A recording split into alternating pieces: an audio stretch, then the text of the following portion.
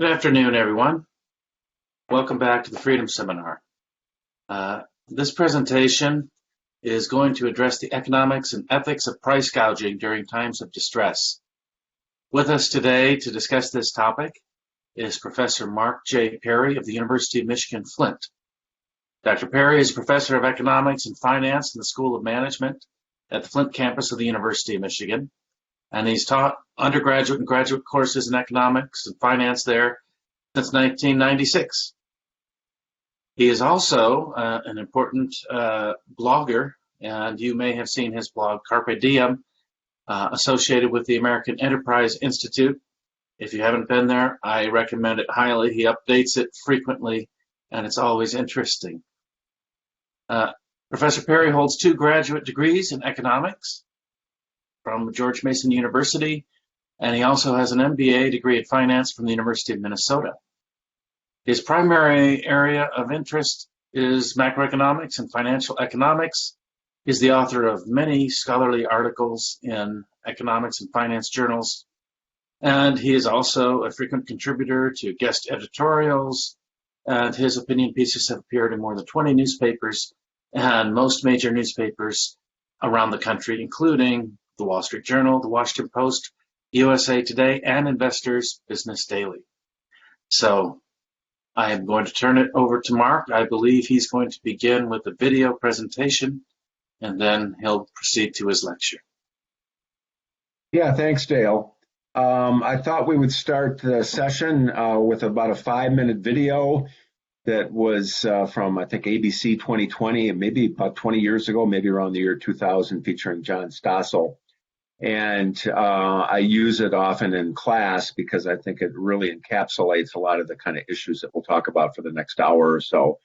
And it features a guy named John Shepperson, who was in Kentucky and heard that they needed generators after Hurricane Katrina down in Louisiana and Mississippi. And I know that Dale, Professor Matchek, uses the Gwartney textbook. In fact, I can see it on his shelf there, the 16th edition to the right. And in Chapter 4 in the Economics of Price Control, there's an application in economics about price gouging after hurricanes and disasters.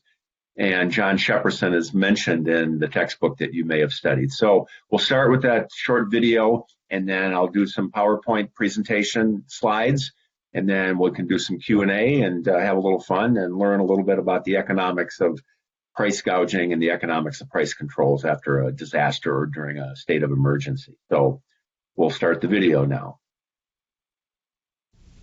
Is price gouging evil? Everyone agrees that if a seller greedily doubles prices after, say, a hurricane, that's not only bad, it's immoral. People say that when gas prices are raised. And they're taking advantage of us. I think we're being ripped off. We are being hosed here. And the oil fat cats are lapping up the dollar. Gouging at its best. But what exactly is gouging? People say it's raising prices too much, but who exactly gets to decide what's too much? For people to take advantage of those in need violates every biblical standard of morals that I'm aware of. Mississippi's Attorney General announced a crackdown on gougers after Hurricane Katrina. Massive destruction everywhere. One gouger who was arrested was John Shepperson. He and his family live in Kentucky. They watched news reports about Katrina and learned people desperately needed things. My wife just got out of the hospital, and she's very sick, and we need a generator. John thought he could help and make some money too, so he bought 19 generators, and he and his family then rented a U-Haul and drove it 600 miles to this part of Mississippi, which had no power at the time. 5 million people in this region are without power. John offered to sell his generators for twice what he'd paid for them, and people were eager to buy. People were excited. We had a product they needed. But instead, police confiscated his generators, and John was locked up in this jail for price gouging. They arrested me, and I just could not believe that I was being arrested. Authorities held him 4 days, and his generators are still in police custody. And then nobody got any use out of them. They were useless. So did the public benefit? The real question is, what's the best way to deal with shortages after a disaster? Anybody, what do we need? Come on, guys.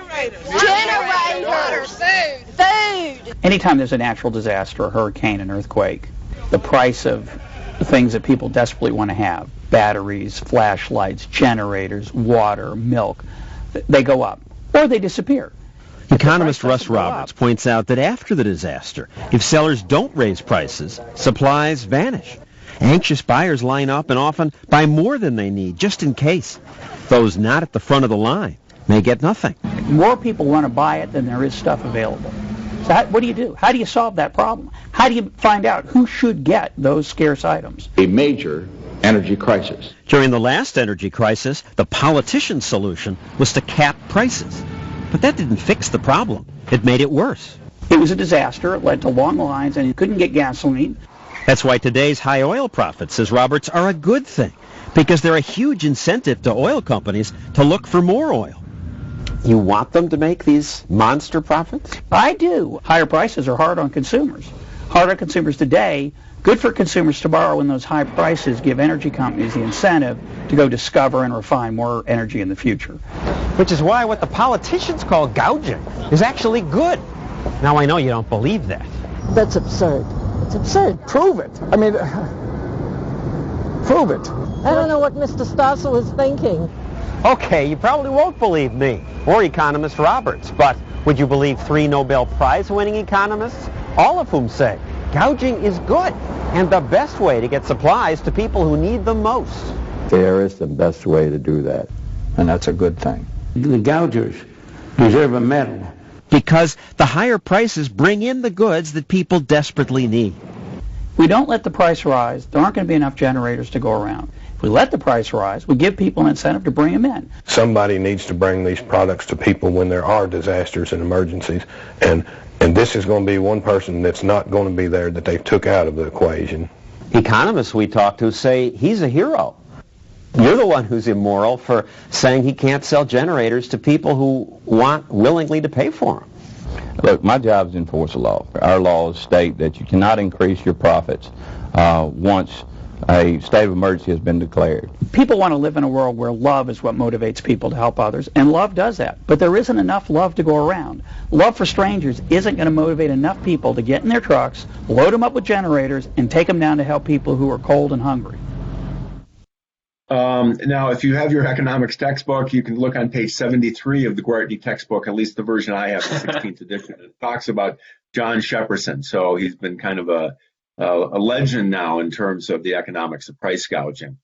So I thought the Stossel video brings up some good points. We'll talk about those in more details. I've got a short PowerPoint presentation that we can look at now. So let me see if I can share the screen here and go to this presentation. Is that coming through? Yes. Okay. All right. So if we start with my fill in the blank price gouging form, this is actually, I got this from an economist named Art Carden more than 10 years ago. And this is a recurring issue, and it comes up once a year, every couple of years, the issue of price gouging. It's usually after some kind of natural disaster that might be a flood, a hurricane, a tornado, an earthquake. And so it's usually regionally isolated, or there's one certain part of the country that's affected. This is a little bit different because the pandemic is kind of affecting the whole country. But, this is just a fill in the blank price gouging form, because about once a year I'm able to use this and write about it on my blog. And so it's that fearing increases in the price of whatever the items are in short supply. So it could be water, it could be generators, like in the case we just saw. It could be plywood if it's after a hurricane when it's destroyed a lot of property. It could be flashlights, it could be batteries. There's always certain critical supplies that are all of a sudden very scarce. And this is as a result of some disaster, Hurricane Sandy, Hurricane Katrina. And so officials, usually in some part of the country, in this case, it's really been more nationwide, but so officials in the affected state or city have declared a state of emergency, and then there are now restrictions on price gouging that go into effect. And so according to either the Attorney General or the politicians, the law is designed to protect the innocent consumers from being victimized by greedy producers or sellers and unconscionable increases in the prices of whatever the items are in that case that are in short supply. And so I filled in the price gouging form here for the current situation in Michigan and around the country. And it's because of the increases in the prices of critical supplies that in this case have been toilet paper, hand sanitizer, cleaning supplies, face masks as a result of the coronavirus pandemic. So officials in almost every U.S. state have now declared states of emergency, and they have imposed restrictions on price gouging. According to various attorneys general, including the one in Michigan, and mayors and governors, the laws are designed to protect innocent consumers from these unconscionable increases in the prices of toilet paper, hand sanitizer, cleaning supplies, and face masks. So if we just kind of go through, you probably have already studied this in your principles of macro or principles of micro class, just some basic price theory, because I think it's important to look at this issue through the eyes of an economist and just through, the framework of analysis that we use as economists, because what happens is that, people get very emotional about this. As you could see in the Stossel video, they don't buy the economics of price controls or the they think that high prices are unconscionable, although what we want to understand is that high prices result from scarcity. Prices don't cause the scarcity, so the high prices are just reflecting relative scarcity that has increased after a state of emergency. It's also the case that this is temporary, that this isn't a permanent situation. So it's just kind of like, how do we address the disruption in the markets that come and result from natural disasters, or in this case, the pandemic. And so at least temporarily, then there's going to be a disruption. And so some people would make the case, well, yeah, but during an emergency, we have to suspend or circumvent or override the laws of economics. But economists would argue that it's during that period of disruption, when you have shortages, that's when an efficient allocation of resources is the most important, and that's really then when you need market prices, because as we'll understand, that there's only two alternatives. You can have a market-determined price that's based on the conditions of market conditions of supply and demand, or you can have a government-controlled price that in this case is going to be some arbitrary price that's established by either politicians or attorneys general. And in the case of Michigan right now, the arbitrary rule is that merchants and sellers, suppliers are not supposed to charge a price that's greater than 20% above whatever price they were charging on March 9th.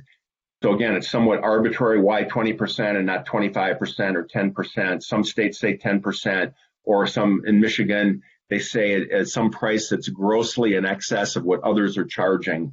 But again, if we look at this through economic theory, that's where I think we're going to be able to get the best answer in terms of how to address shortages after a natural disaster. So if we start with our basic price theory, this is one easy way to see that prices are just equal to demand divided by supply. We can think of the price as a relative scarcity meter or a relative demand meter. It's just telling us how relatively scarce or how relatively much in demand a certain good or product or service is. And so if we think of the arrows, anytime demand goes up, that naturally puts upward pressure on the price. And then we could also have the case often after a natural disaster, not only does the demand go up, but the supply goes down because the affected area then has been disrupted, and a lot of the, let's say it's the plywood may have been destroyed or damaged because of the hurricane. So the supply goes down, that puts upward pressure on the price. The demand goes up, it puts upward pressure on the price. It's just an economic fact, and it reflects the reality and transmits truthful information about what's going on after a natural disaster or during a state of emergency. And here's a little bit more of how an economist would try to understand this. And the politicians and the lawyers look at this legally, but again, just thinking about the economics, that if we think of a product that's selling for $10 during a normal period, and so here's our market equilibrium where quantity demanded equals quantity supplied, the market clears, we have a price of $10 established by the market forces of demand and supply. Now the market is disrupted because of a pandemic or because of a hurricane or earthquake or flood or tornado. And now there's all of a sudden a huge increase in the demand for whatever the product is, plywood, cleaning supplies, face masks, generators. there's a huge increase in the demand because of the disruption to the market. Then often at the same time, there's been a decrease in the supply. So the supply curve shifts back at the same time that the demand curve increases. And both of those changes put upward pressure on the price. And let's say that then the new market price that reflects the new conditions and the fact that these goods or products in critical supply are now relatively more scarce and relatively more in demand. And so the price goes up to $20, let's say. So the price naturally doubles, reflecting the new conditions in the market for whatever this good or product is. So again, there's really only two alternatives. You can allow the price to go up to the market price, which reflects the new market conditions. And the other good thing about a market price is that it eliminates shortages and eliminates surpluses. So you've got market equilibrium now at a higher price where the quantity demanded at that price is equal to the quantity supplied. That's a sign of market efficiency or an efficient allocation of resources. And that's the most efficient outcome that you could get would be a market outcome based on a market price. The alternative is, if the rule in Michigan is you can only charge a price up to $12 above the previous price of $10, then at a price of $12, again, that doesn't really then reflect the true market conditions. It's an artificially low price.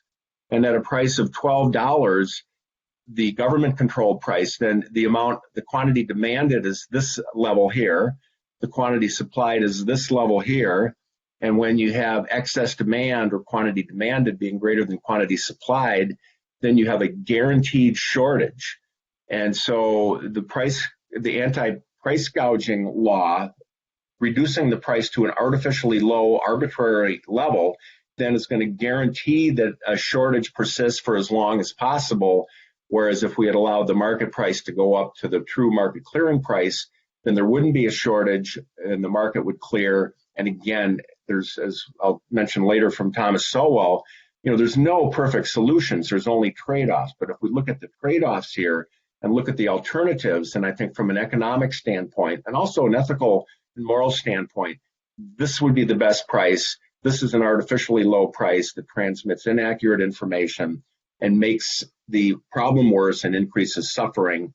And so if we kind of just now look at the important point here, that the choice today or after any natural disaster or any state of emergency, the choice isn't between low prices with ample availability and full shelves and high prices with ample availability and full shelves. The real choice is between low prices with no availability and empty shelves and high prices with availability. Low prices with nothing available isn't really a price at all. And so if we think of looking at the advantages and disadvantages, or the advantages of temporarily high market-based prices during states of emergency, because again, these are temporary, but again, we want to figure out how to speed up the recovery and how to get back to a normal state of economic conditions as quickly as possible. And so these are the advantages that I'm listing here for temporarily high market-based prices that would be above maybe even above the 20% that the Attorney General in Michigan is allowing. But the high prices, whatever they are, they're determined by the market conditions. They transmit very accurate information about the relative scarcity and the true market conditions. It's just like we want the most accurate information from a health standpoint about body temperature. And so you would never think of a way to solve the coronavirus is to pass a law that would prevent thermostats from going above 100 degrees. That wouldn't take care of the problem at all. So it's the same idea here, that you want the most accurate information possible about goods and products and services that are in short supply and are relatively scarce. You want the most accurate information to be transmitted about market conditions, and you get that from a market-based price. You don't get it from a government-controlled price.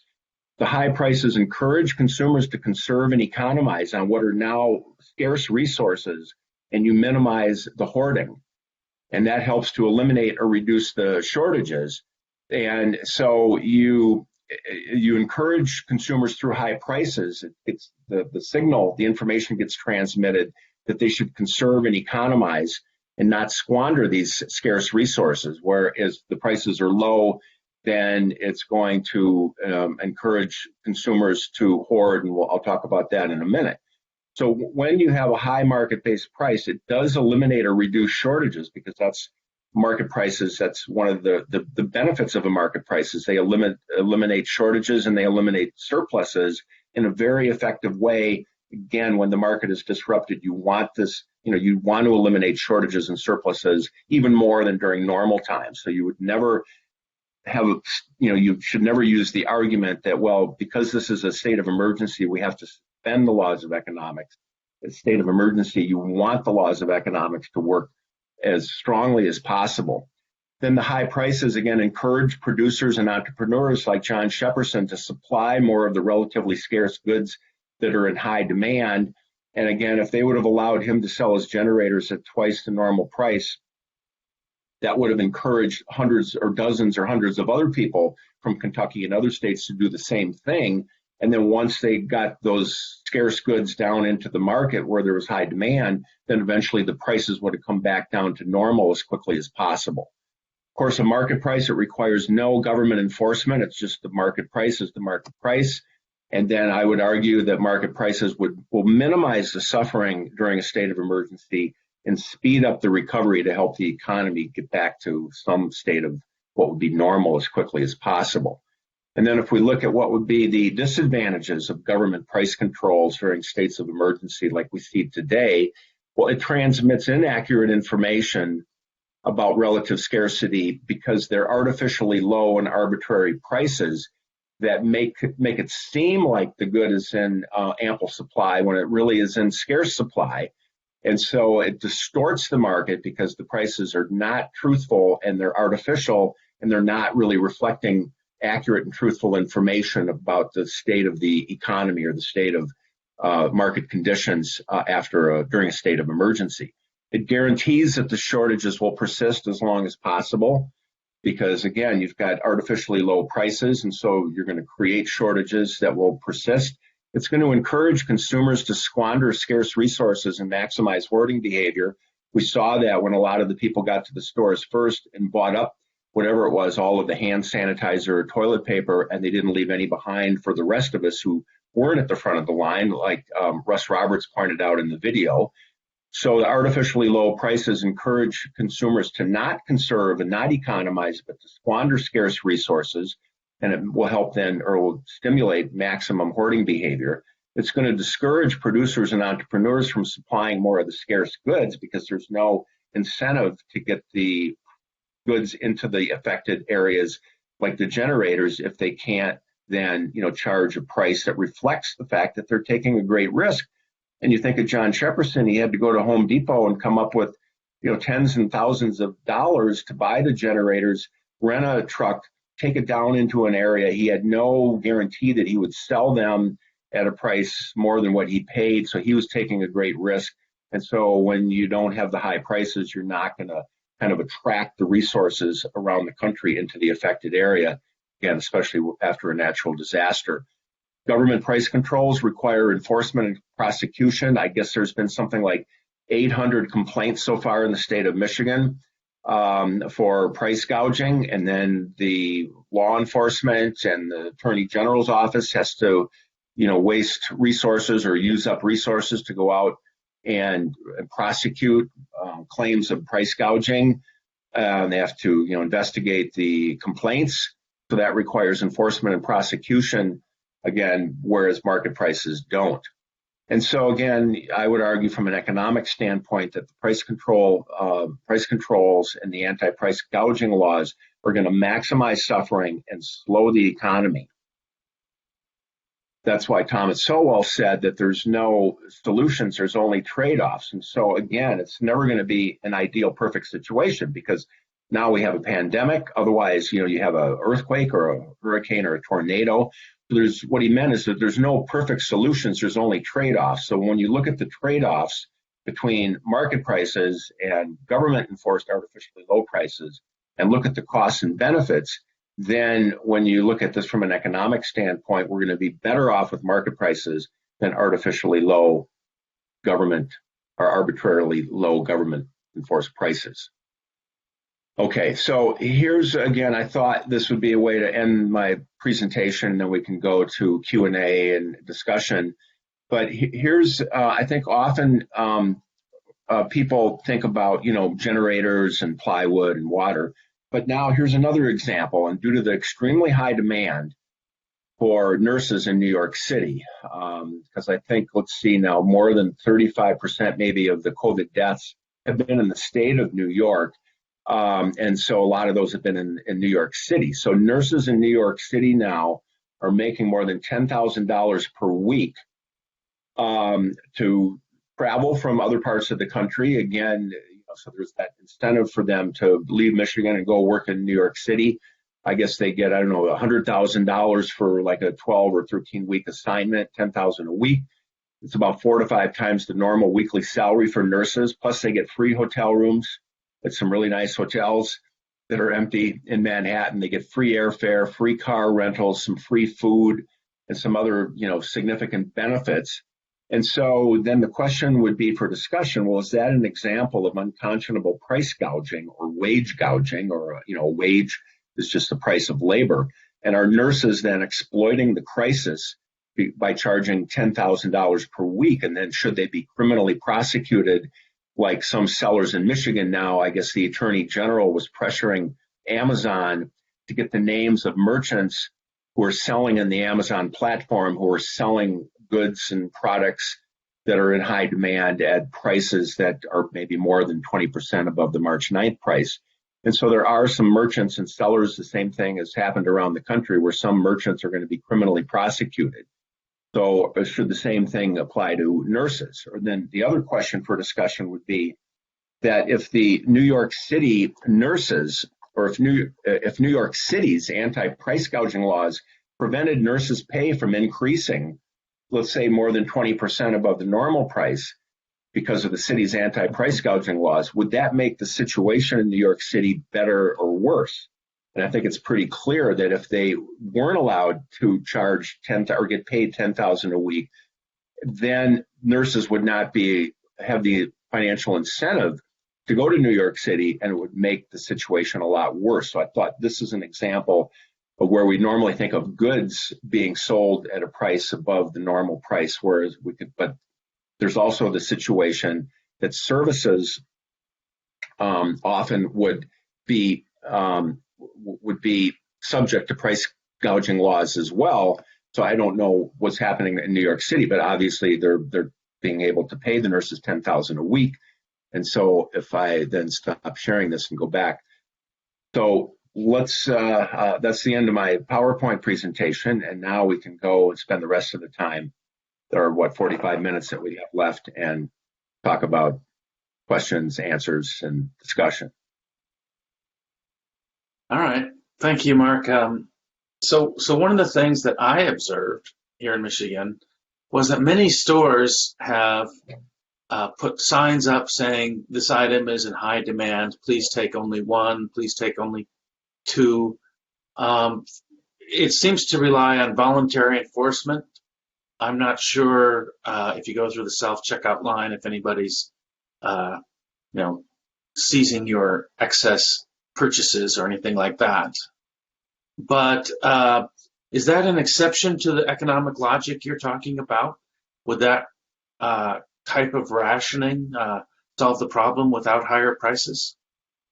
Yeah, I think that's a very effective way to do it, and it's usually voluntary on behalf of the retailers, Costco or whoever is setting the limits. But I think because, again, the higher prices address the hoarding issue and the people who get their early buying everything up. Limiting the quantity purchased, I think, is another effective way. And I think from a retailer standpoint, if they had a choice between raising the prices to the market price or restricting the number of items somebody could buy, they have their reputation to consider. And so I guess people are able to understand that control better than higher prices. So if they raise the prices to 2 or 3 times normal, then people might be resentful, and then that can have long-term effects. Whereas I think people maybe understand it better, that if they can only buy, one item, or I think now Costco is limiting meat purchases to 3 items per customer. That's an effective way to address the shortage issue as well, as long as people don't kind of get around it by having 3 or 4 family members each buy separate purchases. So I guess there's always that possibility, or you go out to your car and then come back in and get 3 more. But no, I think that's a way, and I think people understand that better than higher prices. It's just, I think the higher prices are more that, retailers or merchants who are selling like on Amazon will often then charge higher prices through like the Amazon platform. I think those are the ones that are kind of maybe getting in trouble now with the Michigan Attorney General. But no, I think restricting the number of items that consumers can purchase is a way to make sure that the people who get there later have access instead of the first people that get there. We think of the price gougers as being greedy, but then consumers are pretty greedy too, because often the consumers are greedy. They get there first, they buy everything up. Or let's say they get there and there's only, 4 packages of toilet paper left and they only need 1, but they figure, hey, there's 4 left, I'm going to buy all 4 of them. So again, I think that's a way to help people economize and conserve on scarce resources as an alternative to higher prices, to set limits on the number of the units of a good that consumers are able to buy on a given visit. Okay. And of course, there's no enforcement of that, and that involves police or fines or anything of that nature. Maybe it's just the bad opinion of your fellow shoppers or of yourself. Maybe it's a moral incentive. Yeah, sure. I think it's just people can understand that form of rationing better than they would understand the idea that higher prices would also ration as well. And so, again, I think that's in this case, I've seen that more than other cases. It could be the case that often if it's a natural disaster and there's been a hurricane or a tornado or a flood, that often you don't have, the Costco's might not even be open. And so that might be a little bit different situation. It's the kind of the price gouging behavior after a natural disaster versus the price gouging situation now, where there hasn't been a disruption and all the stores are still open. Whereas after a hurricane, maybe Home Depot wasn't open, or the Home Depot's inventory had gotten destroyed, so they didn't have any local generators. So then you need to bring them from outside the area. And I guess in that sense as well, that's when the cost of supplying the goods really goes up.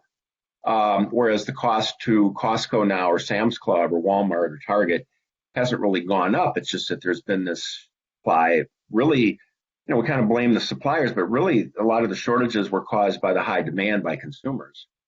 And so, and again, especially the consumers who got to the stores first and bought up all of the scarce inventory. So now it's a little bit different because the retailers are kind of all open. It's just that they're running out of certain critical supplies. And so then that creates an incentive, I guess, for them to restrict the quantities, but then it also creates an incentive for people who have inventory and want to be able to sell them at a price higher than 20% above the pre-pandemic price, that then those are the ones that could be the ones who are resulting in the 800 complaints that the Michigan Attorney General has gotten. Okay, there's a couple of questions from our participants here. Logan says, what are your thoughts about price gouging for resources that are relatively more scarce? We have many alternative suppliers for things like toilet paper, but only a small number of companies make ventilators. So we have few alternatives for those goods. Sounds like he's talking about companies with monopoly power. And is that a little bit different from a more competitive market?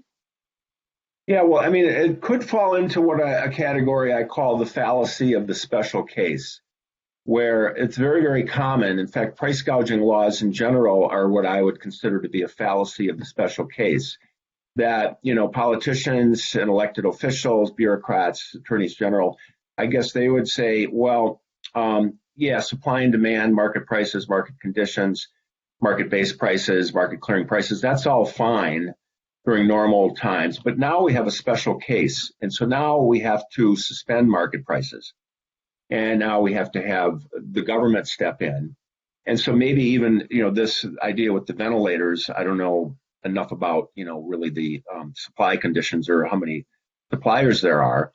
But that would also maybe be, you would say, well, that falls into some special case that then we should apply anti-price gouging laws to ventilators, but not to toilet paper or hand sanitizer or something.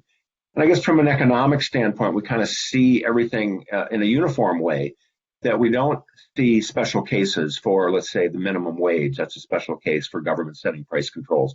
Or ticket scalping is another example. Oh, that's some special case where we have to prevent market prices, or rent control. So from an economic standpoint, we kind of see everything in a uniform way where we don't really have special cases where the laws of supply and demand shouldn't apply. And maybe you get into, national security and situations like that, where then maybe you could have some exceptions. But in this case, with the ventilators, again, if you have very, very high demand and the supply is short, that then, at least initially, the prices are just going to reflect the higher demand and the relatively low supply.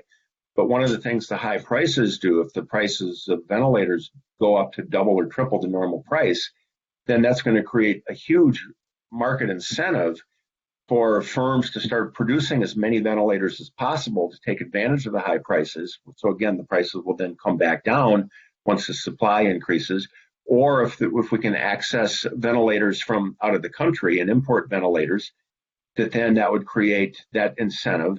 So I think the high prices, again... Or I could interject here, Mark. I mentioned earlier at the presentation how somebody I know created or invented a way of using one ventilator for two patients. And that's another innovation that could solve a problem like this. We talked earlier about the entrepreneurial ways in ways that are unpredictable. People will come up with new ways of solving problems. Yeah, that's another good point, that the higher prices not only stimulate the supply of that product or good, it also would stimulate looking for alternatives that would be substitutes, because the high prices then would encourage people and suppliers to substitute. And so that could be, a impetus or motivation for innovation in response to the high demand and high prices would be to look for alternatives and substitutes like what you're talking about. And maybe there's other technologies that can be adjusted or adapted to be used as ventilators. And so, again, I wouldn't, without more information, wouldn't advocate, having an exception for ventilators from my suggestion that we really shouldn't have anti-price gouging.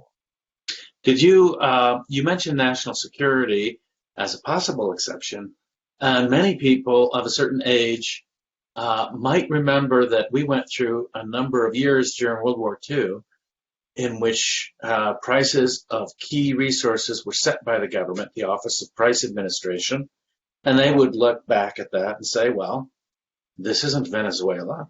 This worked rather well. We had a rationing system in place using coupons or stamps, and everybody got their fair share, and we won the war. And what's wrong with that? Yeah, well, I guess, in economics, we can't have controlled experiments, so we wouldn't be able to go back into the 1940s and go through the same period without government price controls. And so, again, lower prices, enforcing lower prices have some benefits for the people that can buy it at a lower price. So, again, there's always going to be the costs and benefits and trade-offs. And so, in that case, maybe there was some advantages or benefits.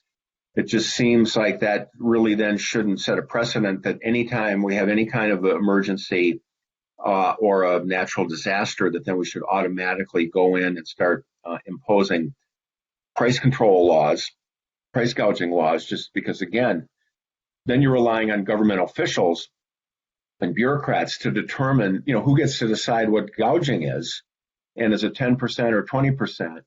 And so, again, with the World War II that might have been effective, although another distortion from World War II was they had wage and price controls. And again, since, Grace Marie Turner was talking about, the health situation, that, during World War II, when they had wage and price controls, then what it created was a shortage of nurses and other critical key staff people. And because then the price was below the market price. And so then again, the quantity demanded for, let's say, nurses in hospitals was greater than the supply of nurses. And let's say back then, let's say that the market price for a nurse was $10,000 a year in salary, because everything was less expensive back then. I'm sorry, let's say that the market price was $12,000, but the hospitals could only pay $10,000. So how did they make up the $2,000? So what they did is they said, we'll pay you $10,000 in cash, because that's all we're legally allowed to pay, according to the World War II Wage and Price Control Act. But we'll give you a free medical care policy for you and your family that's worth $2,000. And so that's really when the kind of the tradition started of employers providing healthcare insurance for employees. It was a way to get around the wage and price controls. So since everybody would be able to make use of a free medical policy, a healthcare policy, then that was a way to supplement the maximum monetary amount that they could pay with a benefit that would be, useful for everybody. But then what happened is that tradition started and it never stopped, because there's really no logical reason that the University of Michigan should pay for my health care. I have a lot of other expenses that they could pay for. But what happened is it started the tradition that still exists today that employers paid for employees' health care. And then now it's the case that only about 10% of healthcare costs are paid out of pocket, and the other 90% are paid by the government or insurance companies or employers. And so then that has distorted the healthcare market. And so again, maybe it worked okay to ration goods during World War II, but then often there are secondary consequences and long-term negative effects, and that would be one that I think had a very long-term negative consequence based on the price and wage controls during World War II. We got a question from Matthew. How does the presence of e-commerce and other online shopping platforms like Amazon affect many of the features discussed regarding price gouging? Well, I think it would just facilitate transactions that take place, again, because it reduces the transaction cost of the buyers and sellers coming together. If it's online, e-commerce through eBay or Amazon or other platforms, then you don't even have to get in your car and go meet up with a seller or drive to buy goods. You can just do it from your house. And so I think that's facilitated the number of market transactions that take place because of reducing transaction costs and making it more convenient. And so I guess that's kind of a new twist this time in the, at least in Michigan, where the Attorney General is, and maybe it's happening in other states that I haven't heard about, but the Attorney General is pressuring Amazon to provide the names of merchants who are using the Amazon platform, selling goods in Michigan at prices that might be above the 20% maximum that they're imposing. So, I mean, it helps buyers and sellers come together, but then it also, if Amazon's going to disclose merchant information to the government, then I guess it makes it easier for the government to crack down or prosecute or criminally prosecute merchants who are selling online and maybe on eBay as well. So I don't know how that's all working out this time, but I don't remember in past situations where there are, price gouging situations where they were, trying to look at online merchants. It's usually just like in the state of Mississippi when, John Shepperson shows up with the merchandises and trying to sell the generators that then he got in trouble. So, in a sense, I think the other issue might be that the more sellers you have and the more competition, then the lower the price is going to be. And so we're always maybe outraged about these initial prices that are 2 or 3 times normal, but it's those prices that are 2 or 3 times normal that bring in all of the sellers and all of the entrepreneurs who are then going to enter the market, and then it's going to bring the price down as quickly as possible. Whereas if you prevent the John Sheppersons from coming in, then it's going to make the situation worse. So I guess the more sellers that have access to the market, then it'll make the market more competitive. So if I'm trying to sell hand sanitizer for 5 times the normal price on Amazon or eBay, but somebody else is selling it for 2 times the normal price, well, then everybody's going to buy it at the lower price. So, I mean, that's a good point, too, that on Amazon or eBay, you can compare prices, and the sellers are all competing against each other. And so since they're having to compete against each other, then that's going to help bring the prices down as quickly as possible and address the situation and speed up the recovery as quickly as possible. I have another question here. This is from Tyler, who wants to know, is there a well-defined line between price increases and price gouging during a crisis? That interpretation is different with everyone, I would think. Yeah, I mean, that's one of the issues with price gouging is who gets to decide what constitutes price gouging. I mean, it's kind of a squishy concept and subjective that everybody might have a different, concept or idea of what would be a price that would then go from a high price into price gouging. And so that's where, from a legal standpoint, when I think about 2/3 of the states have some price gouging laws in place, or they impose price gouging, like in Michigan. I don't know if they have, it might be that they don't have any laws on the books. But then, once they start with a state of emergency, then they have to, to prosecute somebody, you have to have then some well-defined legal, threshold. But then who's going to decide the legal threshold? So again, this idea that it's somehow grossly in excess of what others are charging, that's very subjective. Who gets to decide what's grossly in excess? In the state of Michigan now, I guess at least for this state of emergency, they're saying prices can't be above 20%. But then that seems pretty arbitrary. And so it's just then once the government gets involved and they have to, if they're going to prosecute somebody, they have to have some legally defined measure or, a legal price that then is going to be the maximum that sellers are allowed to charge. And so then I guess you're leaving it up to the attorneys general to say prices can't, if it goes above 20%, that's price gouging. If it's below a 20% increase, then it's not price gouging. So, but that just seems so artificial and arbitrary. And that's why it's just going to be always this artificial price that's arbitrary. Whereas with the market price, if the generators are selling at twice the normal price, then that's the market price. And so even though that seems high, again, that's a temporary price.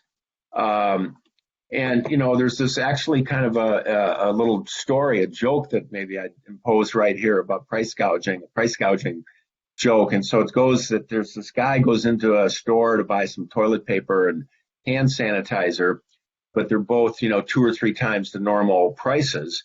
And so the customer is complaining and says those prices are way too high.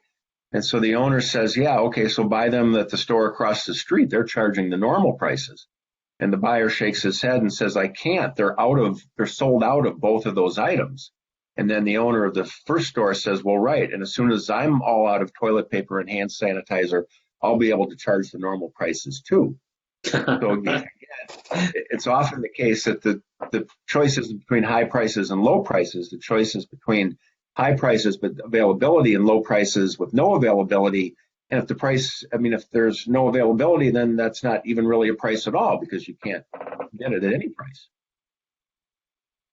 So there was a question here about the example we gave earlier about stores voluntarily limiting the number that customers could buy. You mentioned that many stores, especially some of the ones with larger national presence and so forth, they are doing that. And they're doing that apparently at a loss to themselves because obviously it's limiting their sales, or they could have raised prices and they chose not to. So what's the incentive, I should say, for them to do that? Yeah, well, I guess it's the reputation mechanism at stake that, John Shepperson is just going to come into an area once and sell his generators and leave. And people might be happy to pay his price, but then he doesn't have to worry about his reputation as a seller, whereas retailers that are established in a community and are going to continue to remain in the community, they don't want to have the reputation that they took advantage of consumers during a state of emergency. So whether it's a Home Depot or a Costco, then they would have a incentive to protect their reputation, that they don't want to be seen as a greedy retailer that took advantage of their loyal consumers during a state of emergency or after a natural disaster. And so that works well. It works well for them. It works well for consumers. It's a way to help, to reduce the shortages. It's a way to allocate resources efficiently. Instead of raising price, they can restrict the quantity purchased. So that seems to be a way that, again, it doesn't require any government enforcement. The stores do this naturally out of, interest for all of their consumers. And so that works fine for a retailer who is concerned about their reputation. And so they don't want to be perceived as being greedy or unconscionable or raising prices, even though from an economic standpoint, it could make some sense that they would do that. But when they balance that, again, there's no solutions, there's only trade-offs. So they'd want to look at the trade-offs of maybe lower profits and, lower prices, but then they protect the reputation because they want consumers to come back, after the emergency is over. And so they do that out of natural self-interest to protect their reputation. So that's fine. I think that doesn't involve the government. The merchants on Amazon or eBay might not be as concerned about their reputation because it's more of an anonymous purchase. You're just going on Amazon and looking for hand sanitizer or face masks. And so it might not be a merchant or a seller that you would be patronizing again in the future. You're just trying to get a product at the lowest possible price, and the seller's trying to get the highest price, but then through competition, then the prices are determined that are then going to reflect market conditions. And so maybe that's the difference, is that the sellers on Amazon or eBay, or especially on eBay, if they're just selling it at an auction, who could blame them? They're just selling it for the highest price that consumers are willing to bid. So then you would blame the consumers for bidding the price up. You can't really blame the seller. So I think overall that the restricting the quantity purchased is one effective way to allow the retailers to protect their image and their name, and then also help allocate resources efficiently and to, kind of enforce conservation and economizing on purchases without raising price. So that's an effective way to do it. And we've seen a lot of that happening, which is maybe a good thing. So protecting their name or their reputation only works if consumers have this very strong moral norm against raising prices during a crisis like this. And I've often thought about this myself. What is it about human psychology that creates such a strong, instinctive, just disgust at people who, raise prices? It's not just, people think it's a little wrong. They think it's actually quite evil. They really don't like it. And we've heard this phrase frequently during the crisis. We're all in this together. And I think that is a clue maybe to people's psychology here. Well, if we're all in this together, then how come my income has gone down drastically, your income has gone up drastically, and it's the same event?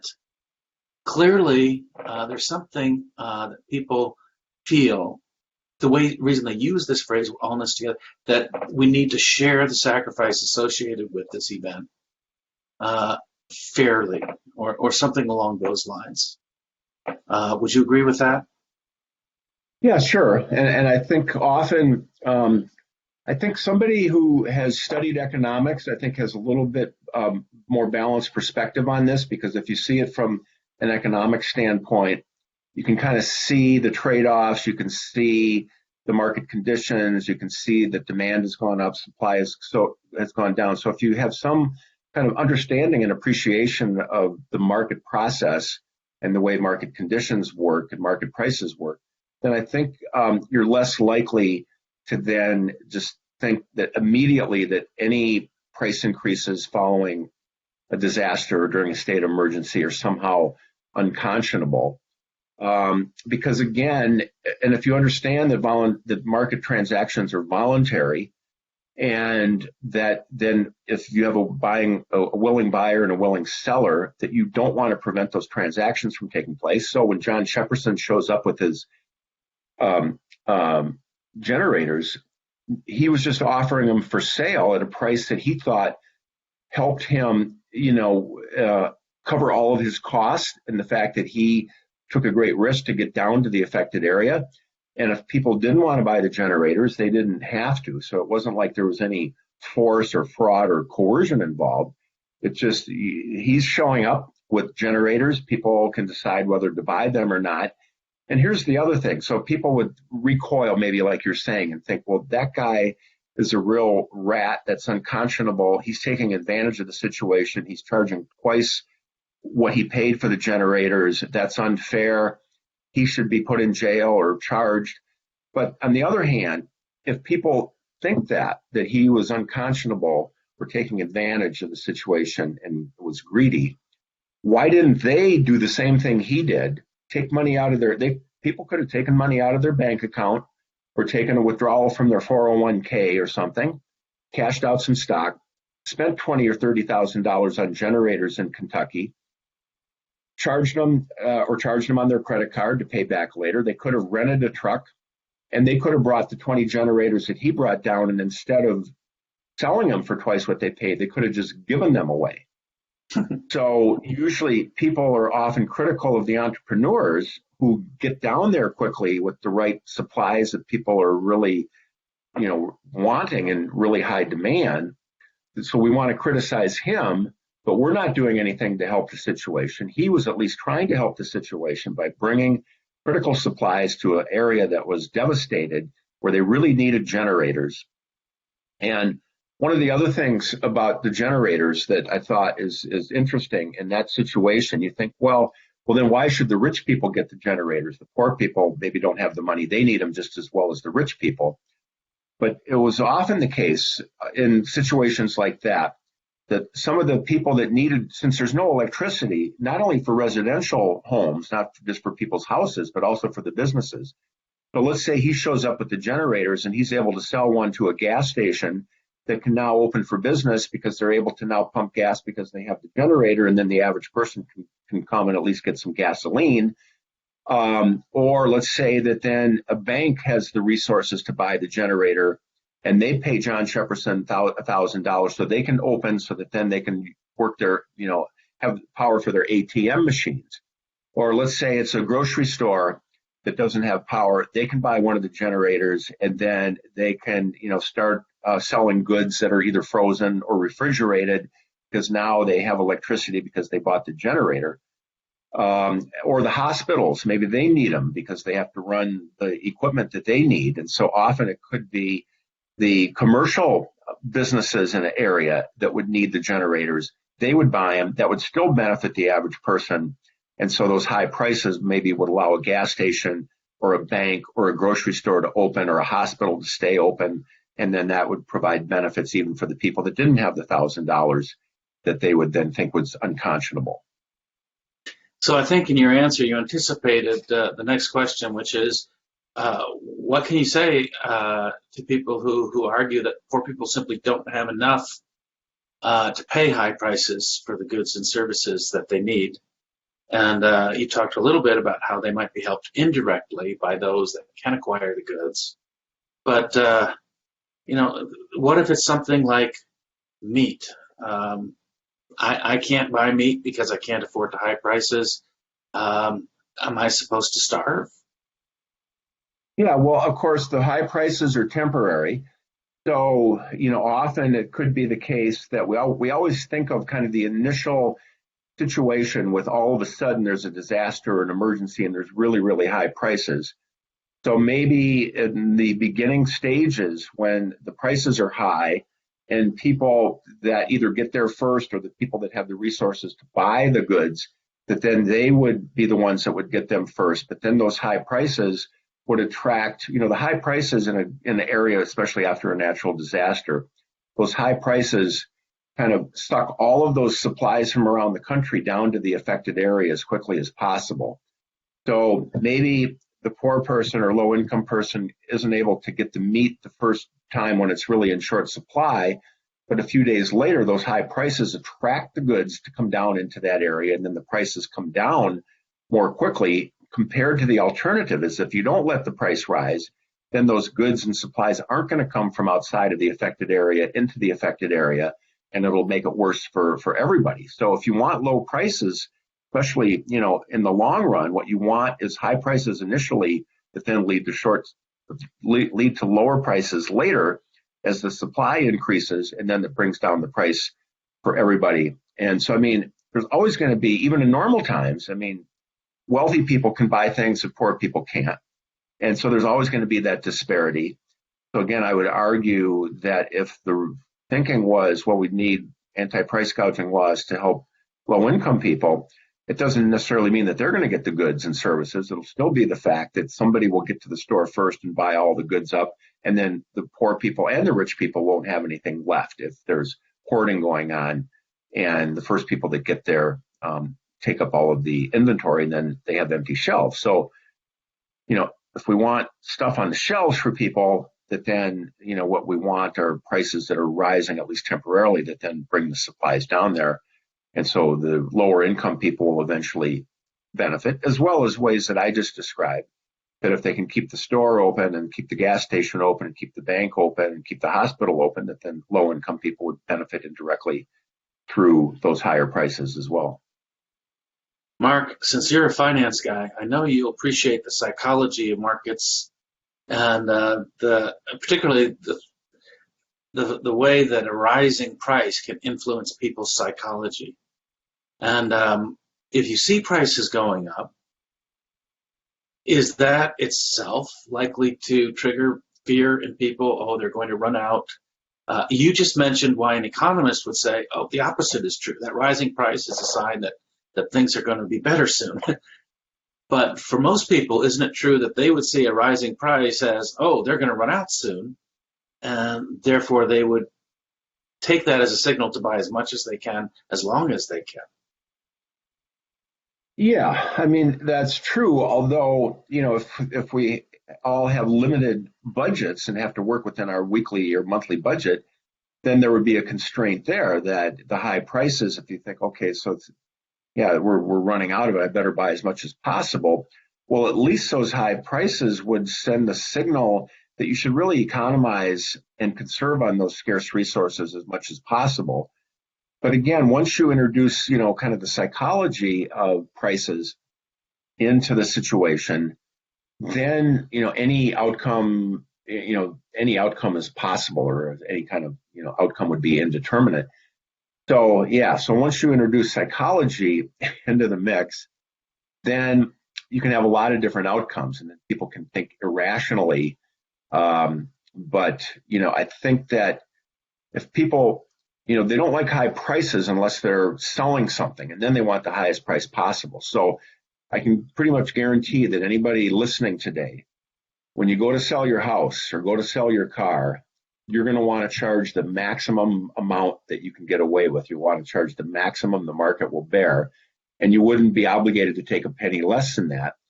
So when people are selling something, of course, then they understand that you want the maximum amount that the market will bear when you're selling something. And so the prices are generally always reflecting the fact that the sellers always charge the maximum amount that the maximum that the market will bear. And again, the initial prices are high, but eventually the prices are going to adjust. So again, what we want is the fastest recovery possible. And so my argument, and most economists argue, that the higher prices initially, when they're market-based, market determined, that's going to help the adjustment process, go as quickly as possible and get the market back to normal as quickly as possible, compared to the alternative, which is artificially low prices that are arbitrarily decided by politicians, and that we know is going to just lead to possible, mischief and misallocations, and that's just going to generally be misguided. Okay. Do you know of any way in which we can provide for poor people? If the problem is they don't have enough money to get life-supporting essentials, then what's the alternative to price controls? Well, I think what we've seen a lot, I'm in Minnesota now, we've seen it here, we've seen it around the country, are a lot of people now who are struggling just even trying to feed their families. There's all sorts of now food banks, and the government is giving away a lot of food in areas, the food that they would have given to students for lunches and breakfast. And so, I think that's what we're seeing, is that the private sector, through charitable organizations, and the government is providing resources that people need now. And so food, of course, is one of the most critical supplies. And so if it's getting expensive now, that then one of the ways to address, kind of the situation with low-income people not being able to afford food or have access to food. So we're seeing a lot of free food being now provided, which again is a way that private organizations and the government will address the shortages and higher prices for a lot of our food items. Now, Mark, I know you're a macro guy, so I'm going to take a macro perspective. We've got a pretty aggressive stimulus package out there right now. We've got the Fed acting very aggressively. We've got a supply shock. Doesn't that mean inflation? And wouldn't price controls be an effective way to limit the inflation that would otherwise occur?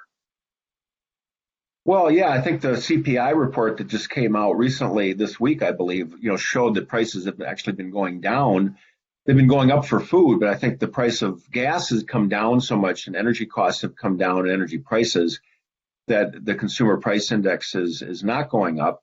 Really, according to macroeconomic theory, monetary theory, the only way to get all prices to go up simultaneously. So when we talk about inflation, like now some food prices are going up, but energy prices are going down. But the only way to get all prices to kind of go up simultaneously would be for the Federal Reserve to implement, expansionary monetary policy as a form of stimulus. I don't think that they're necessarily going to do that, but that would be the only way that we would have overall price inflation throughout the economy, is if they try to accommodate the, situation right now with really aggressive expansionary monetary policy. I don't see that really happening. So I don't think that we're going to have to worry right now about higher prices, because for certain goods and services, demand has gone down for, let's say, for new automobiles, for example, or for gasoline demand for gas has gone down. And so now we see lower prices for gasoline and a lot of other goods that are in low demand right now. So, I don't see any inflationary pressures building up as a result of the pandemic or the state of emergency or the responses to it. We could have higher taxes later, of course, but I don't think it'll be inflationary. But if we do see inflation at some point,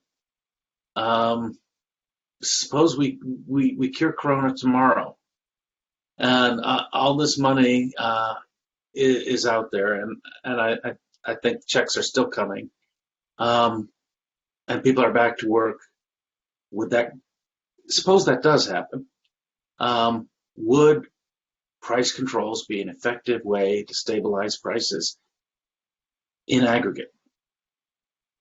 Well, no, because I think it would be a massive intervention of the federal government to go in and put in price controls and wage controls. I don't see that would ever happen in our economy just because we're not a Venezuela or a North Korea or a Cuba. But it has happened. Richard Nixon did it. And then we had the World War II example we talked about. Yeah.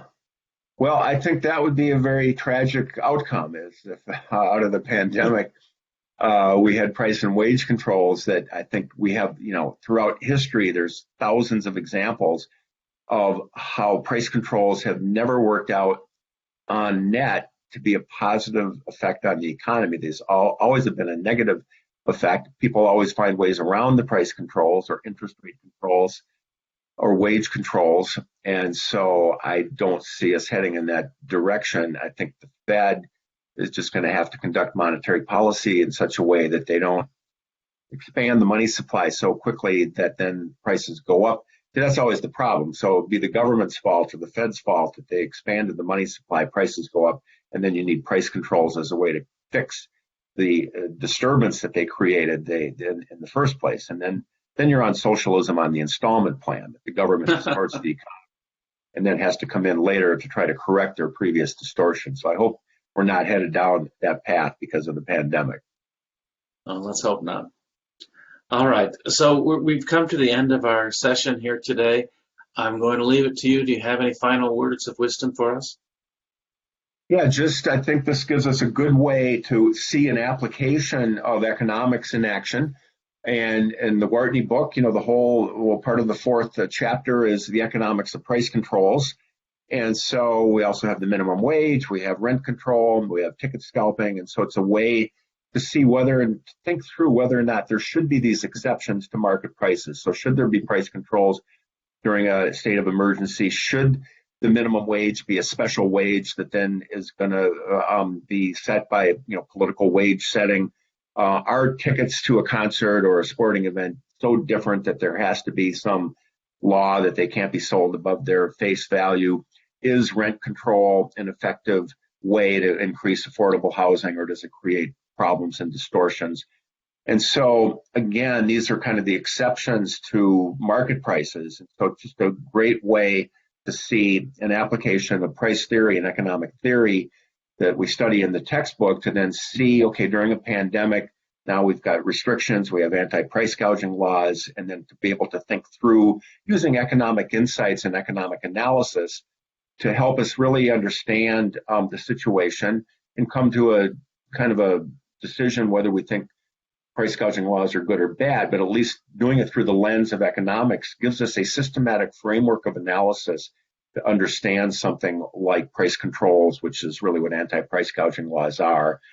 And compared to somebody who didn't have the economic background, kind of the average person who just, like the people on Stassel's video, who hear about high prices and they just automatically assume that those are bad and unconscionable. So at least through economics, our understanding of economics, we can at least have kind of some clarity and being able to think logically and systematically and scientifically about anti-price gouging laws. Okay. Well, I appreciate your presentation, and I learned something today, and I hope our participants did as well. And I want to thank you once again. Students, now you can proceed to our breakout rooms, and let's see if we can criticize what Mark has had to teach us today. Thank you. Yeah, thanks, Dale. Thanks, everybody.